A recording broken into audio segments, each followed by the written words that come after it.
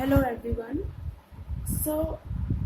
We were talking about the chapter how do organisms reproduce, and in this chapter today I'll be talking about the human female reproductive system. I have already drawn the diagram of female reproductive system over here on the board, and I have left it unlabeled. I'll be labeling it while discussing each part of the system.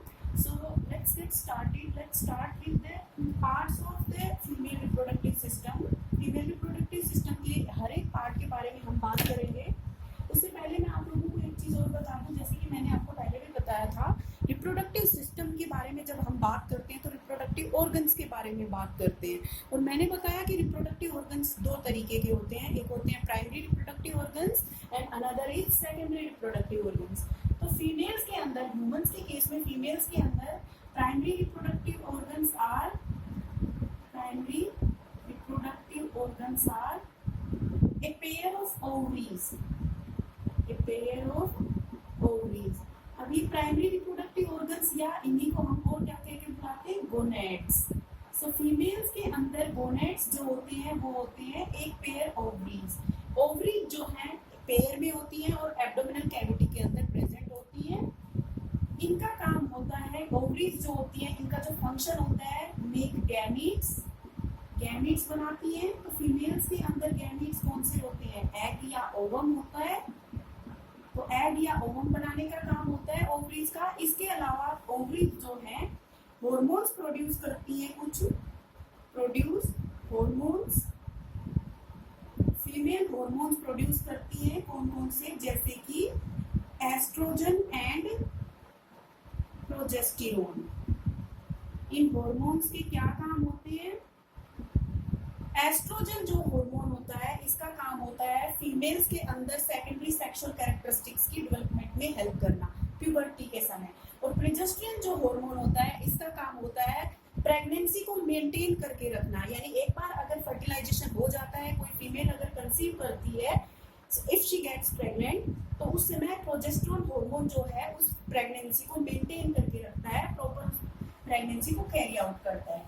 तो इस तरीके से हमने बात की primary sex organs के बारे में, या प्राइमरी रिप्रोडक्टिव ऑर्गन्स जो है फीमेल्स के अंदर, गोनेड्स जो है वो क्या होते हैं। अब इसके बाद हम देखिए फीमेल्स के अंदर ये जो रिप्रोडक्टिव सिस्टम मैंने यहाँ पे ड्रॉ किया है, इस रिप्रोडक्टिव सिस्टम के पार्ट्स में आपके सामने वन बाय वन एक्सप्लेन करूंगी। तो सबसे पहला पार्ट तो जो है वो ओवरीज है, जो कि मैंने अभी बता भी दिया है आपको। सबसे पहला पार्ट्स लिख रही हूँ मैं, parts of female reproductive organ, female reproductive system. Number 1, A pair of ovaries. Ovaries अभी जैसा कि मैंने बताया एक पेयर में प्रेजेंट होती है, और ये प्रेजेंट होती है एब्डोमिनल कैविटी के अंदर प्रेजेंट होती है। इनका काम होता है एग बनाना, और इनका और जो काम होता है वो इनका काम होता है एस्ट्रोजन और प्रोजेस्टेरोन जो हार्मोन्स होते हैं उन हार्मोन्स को रिलीज करना। अब देखिए एग कैसे बनता है ओवरी के अंदर। हाइपोथैलेमस और पिट्यूटरी से कुछ हार्मोन्स रिलीज होते हैं, जिन हार्मोन्स के बारे में हम पहले पढ़ चुके हैं पिछले चैप्टर में। एलएच जो हार्मोन होता है, ल्यूटिनाइजिंग हार्मोन जो होता है वो हार्मोन, और FSH hormone, follicle stimulating hormone, ये दो हार्मोन्स हैं, FSH and LH, follicle stimulating hormone and luteinizing hormone. इन दोनों हार्मोन्स के इफेक्ट के अंदर ओवरीज के अंदर एग्स बनने शुरू हो जाते हैं। तो देखिए जब भी कोई फीमेल बेबी बोर्न होता है, कोई न्यू बेबी बोर्न हुआ है जो कि फीमेल है, तो उसकी ओवरीज के अंदर thousands of immature eggs present होते हैं।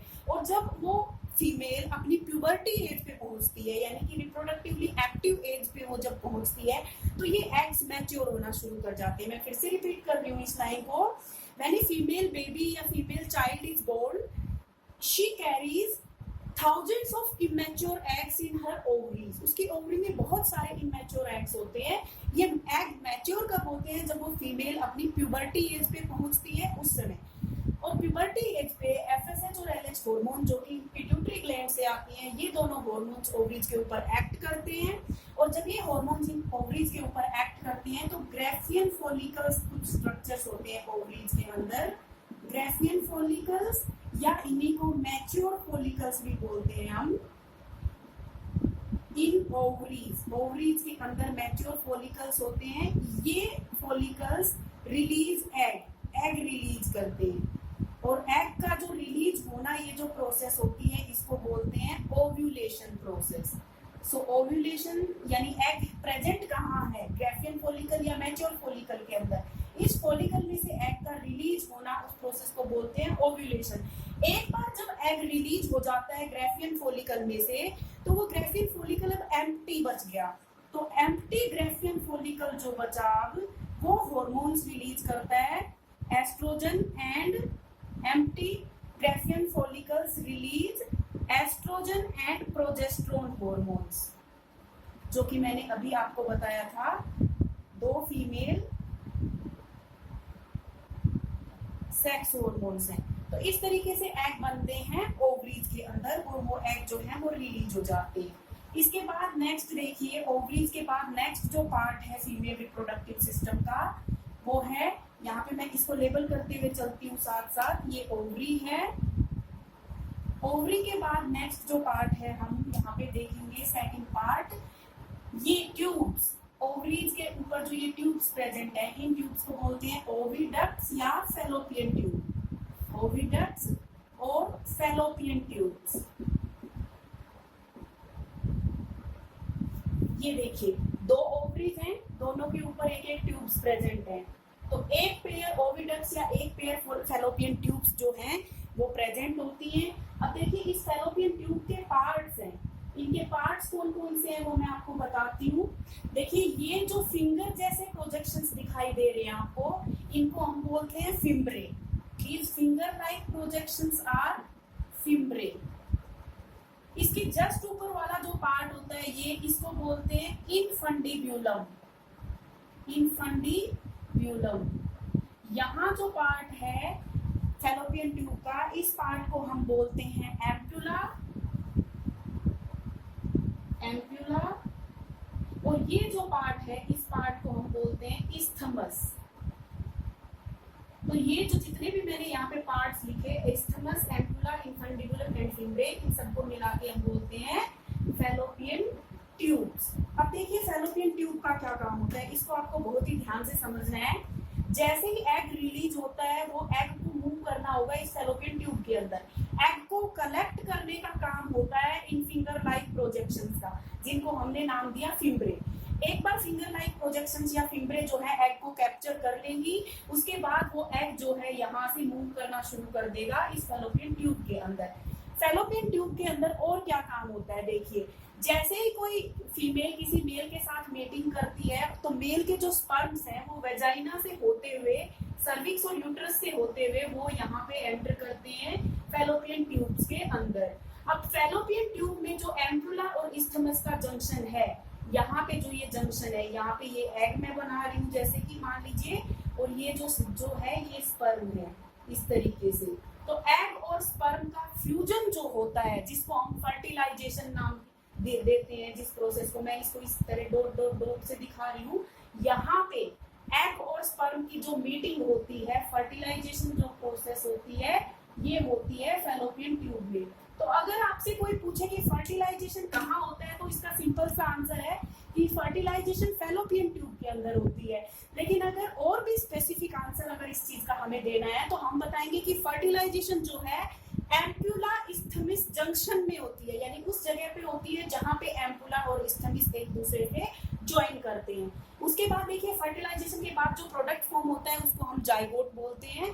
जाइगोट जो है वो सिंगल सेल है अभी, फिर वो जाइगोट डिवाइड करेगा और डिवाइड करके वो एम्ब्रियो बनाएगा, और जो ये एम्ब्रियो फॉर्म होता है, ये एम्ब्रियो फिर आगे पास होगा यूट्रस के अंदर। यानी कि अब हम बात करेंगे फीमेल रिप्रोडक्टिव सिस्टम के नेक्स्ट पार्ट के बारे में, इस पार्ट के बारे में, जो कि एक बैग जैसा स्ट्रक्चर नजर आ रहा है हमें, इसे हम बोलते हैं uterus. So this is uterus.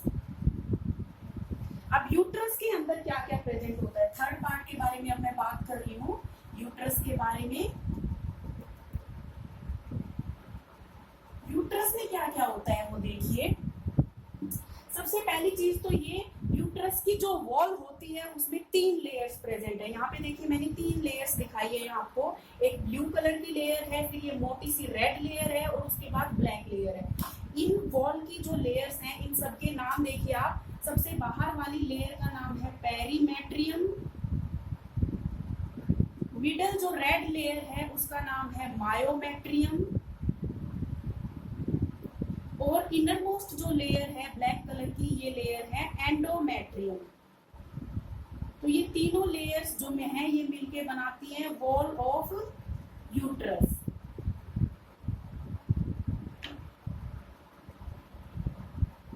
Wall of uterus.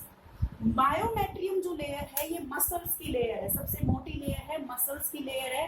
अब देखिए जैसे ही फर्टिलाइजेशन हुआ और एम्ब्रियो जो है वो पास हुआ आगे यूट्रस के पास, अब फीमेल की बॉडी कुछ इस तरीके से डिजाइन होती है कि वो फीमेल अपने अंदर एक न्यू बेबी को कैरी कर सकती है, प्रेगनेंसी को कैरी कर सकती है। और प्रेगनेंसी को कैरी करने के लिए उसका जो यूट्रस है ये सबसे फेवरेबल जगह होती है। यूट्रस के अंदर वो एम्ब्रियो इम्प्लांट होगा। तो मान लीजिए एक बार अगर एम्ब्रियो बन गया तो वो एम्ब्रियो इस यूट्रस में यहाँ पे पहले वो एम्ब्रियो और ज्यादा डिवाइड करेगा और वो फीटस बना लेगा, और वो फीटस इस वॉल के अंदर इम्प्लांट हो जाएगा।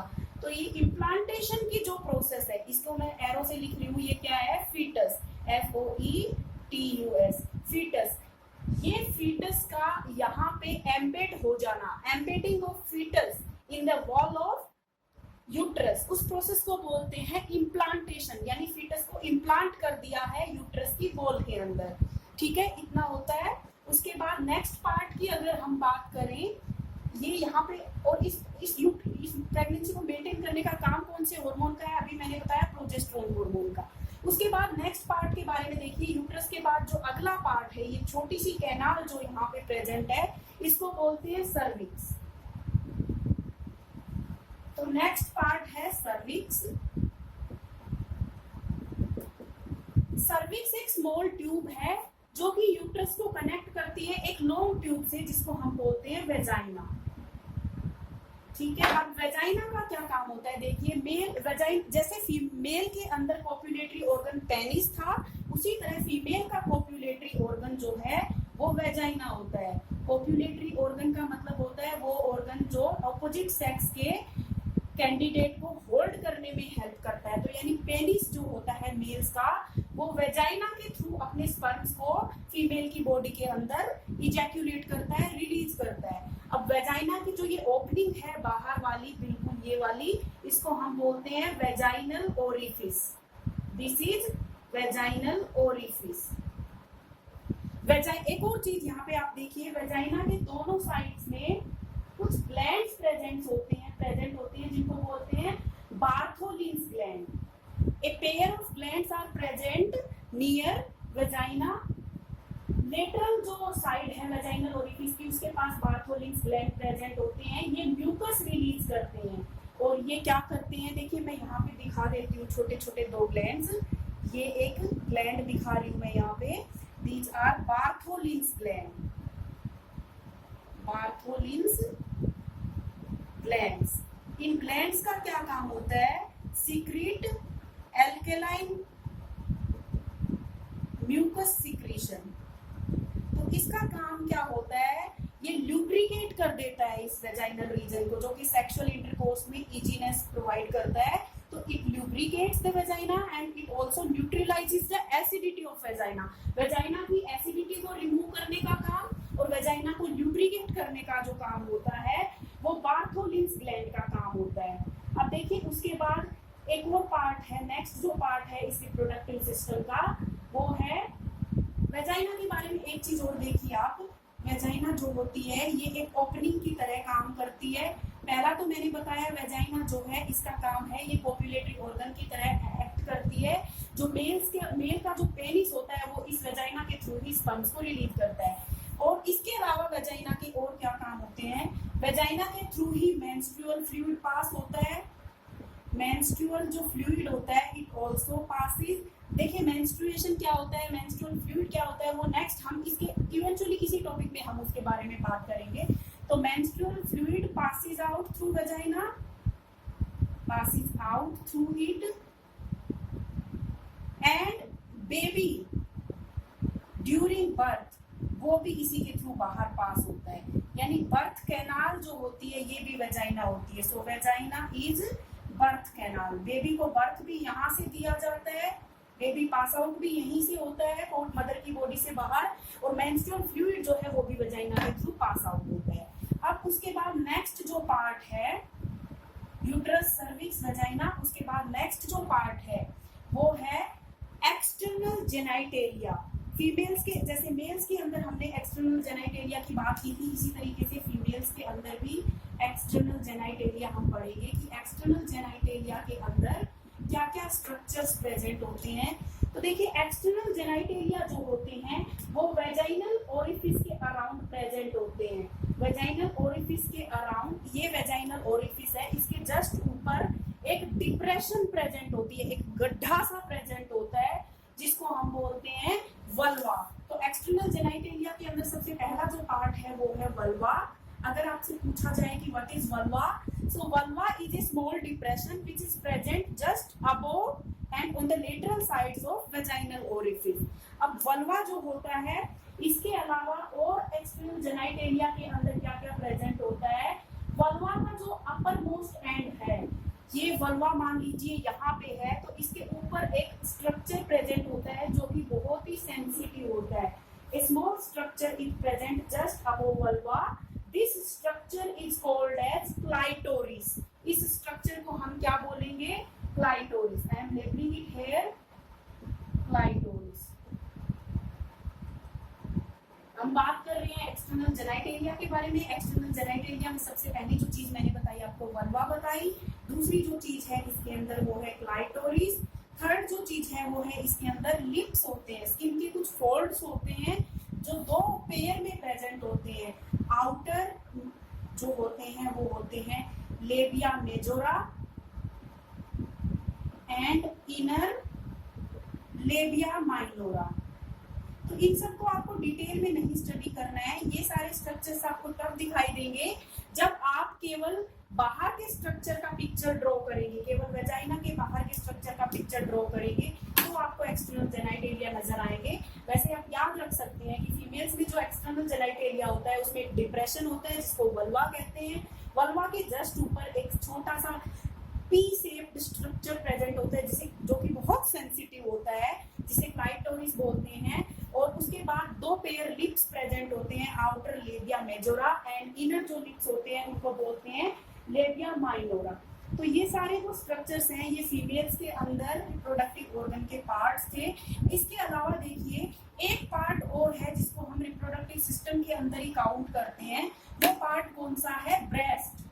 फीमेल रिप्रोडक्टिव सिस्टम के बारे में जब हम स्टडी करते हैं तो हम ब्रेस्ट के बारे में भी स्टडी करते हैं, क्योंकि ब्रेस्ट का रोल भी रिप्रोडक्शन और प्रेगनेंसी में बहुत इंपॉर्टेंट होता है। तो एक पेयर ब्रेस्ट प्रेजेंट होते हैं फीमेल्स के थोरेसिक रीजन के अंदर, और इन ब्रेस्ट्स के ऊपर डार्क कलर के निप्पल शेप्ड स्ट्रक्चर प्रेजेंट होते हैं जिन्हें निप्पल्स या टीट्स बोलते हैं। आप ब्रेस्ट का यहाँ पे फंक्शन समझिए। सबसे पहली चीज तो ये कि जब कोई फीमेल अपनी प्यूबर्टी एज में पहुंचती है तो उसकी ब्रेस्ट उस वक्त डेवलप होनी स्टार्ट होती हैं, उस वक्त उनमें फैट टिश्यू जो है वो ज्यादा एक्यूमुलेट होना स्टार्ट होता है। इसके अलावा ब्रेस्ट का फंक्शन होता है मिल्क प्रोड्यूस करना। ब्रेस्ट के अंदर ग्लैंड्स प्रेजेंट होते हैं जिनको मैमरी ग्लैंड्स कहते हैं। इन ग्लैंड्स का काम होता है मिल्क प्रोड्यूस करना। Memory glands produce milk. अब क्यों प्रोड्यूस करते हैं ये मिल्क? तो जो न्यूली बोर्न बेबी होगा उसको फीड करने के लिए मिल्क प्रोड्यूस करते हैं। इसके लिए हॉर्मोन्स जो हैं वो रेस्पॉन्सिबल होते हैं, प्रोलैक्टिन एंड ऑक्सीटोसिन हॉर्मोन्स, जो कि हाइपोथैलेमस और पिट्यूटरी के इन्फ्लुएंस के अंडर काम करते हैं। तो इस तरीके से ये मैंने जो सारे पार्ट्स आपके सामने अभी डिस्कस किए ये थे ह्यूमन फीमेल के रिप्रोडक्टिव सिस्टम के पार्ट्स। अब देखिए फीमेल्स के अंदर फर्टिलाइजेशन के बारे में हम थोड़ा सा डिटेल में पढ़ेंगे। फर्टिलाइजेशन और प्रेगनेंसी के बारे में वो हम इस डायग्राम के थ्रू ही समझते चलेंगे। दो फेट्स हैं, मान लीजिए। अभी देखिए इसको सिंपल तरीके से मैं आपको समझाती हूँ कि हर मंथ फीमेल की किसी एक ओवरी से एक एग रिलीज होता है और नेक्स्ट मंथ दूसरी ओवरी से रिलीज होगा। कहने का मतलब ये है कि हर मंथ फीमेल की एक ओवरी से एक एग रिलीज होता है। अब उस एग के दो फेट्स हैं। मान लीजिए ये एग है, ओव्यूलेशन हुआ फीमेल्स में। ओव्यूलेशन का मतलब है रिलीज ऑफ एग। तो ये एग रिलीज हुआ, तो मान लीजिए ये एग स्पर्म से मीट कर जाता है। अगर स्पर्म मिलता है एग को तो उस केस में क्या होगा, फर्टिलाइजेशन होगा, फर्टिलाइज्ड एग। दूसरा केस है जब इसको स्पर्म नहीं मिलता है तो इट रिमेन्स अनफर्टिलाइज्ड। यहाँ पे मैंने अभी आपको जो बताया वो क्या है, egg and fate of egg, fates of egg. Fate बताए हैं मैंने दो। पहला फेट ये है जब स्पर्म को एग को स्पर्म मिल जाता है तो वहां पे एग का फर्टिलाइजेशन हो जाता है। दूसरे केस में मान लीजिए कोई भी फीमेल जो है वो मेटिंग नहीं करती है मेल के साथ, तो उस केस में एग को स्पर्म नहीं मिलेगा तो एग रिमेन्स अनफर्टिलाइज्ड। अब इन दो फेट्स को ही हमें पढ़ना है। अगर एग फर्टिलाइज हो जाता है तो उस केस में एग जो है वो यूट्रस में इम्प्लांट हो जाएगा और नया बेबी बनाएगा, यानी ये प्रेगनेंसी का केस हो गया। अगर एग को स्पर्म नहीं मिलता है तो उस केस में एग अनफर्टिलाइज रह जाता है और वो एग अपने ओव्यूलेशन के एक दिन के अंदर उसकी डेथ हो जाती है और उसको वेजाइना के थ्रू बॉडी से बाहर रिलीज कर दिया जाता है। एक बार फिर से मैं इस चीज को फटाफट रिपीट कर रही हूँ ताकि हम दो केसेस को अच्छे से स्टडी करें। ओव्यूलेशन के टाइम पे जो एग रिलीज हुआ उस एग के दो फेट्स हैं। अगर एग को स्पर्म मिल जाता है तो एग का फर्टिलाइजेशन हो जाता है। इस केस में हम प्रेगनेंसी के बारे में स्टडी करेंगे। अगर एग को स्पर्म नहीं मिलता है तो उस केस में एग रिमेन्स अनफर्टिलाइज्ड और इसके केस में हम जो है वो स्टडी करेंगे हम किसके बारे में, मेंस्ट्रुएशन के बारे में। तो देखिए यहाँ से दो टॉपिक बन जाते हैं हमारे। प्रेगनेंसी के बारे में सेपरेटली पढ़ेंगे। If the egg remains unfertilised तो उसके बारे में हम पढ़ेंगे अंडर द टॉपिक मेंस्ट्रुएशन। तो अगला जो इसी टॉपिक को आगे मैं कंटिन्यू कर रही हूँ, हम पहले पढ़ेंगे प्रेगनेंसी के बारे में, उसके बाद हम बात करेंगे मेंस्ट्रुएशन के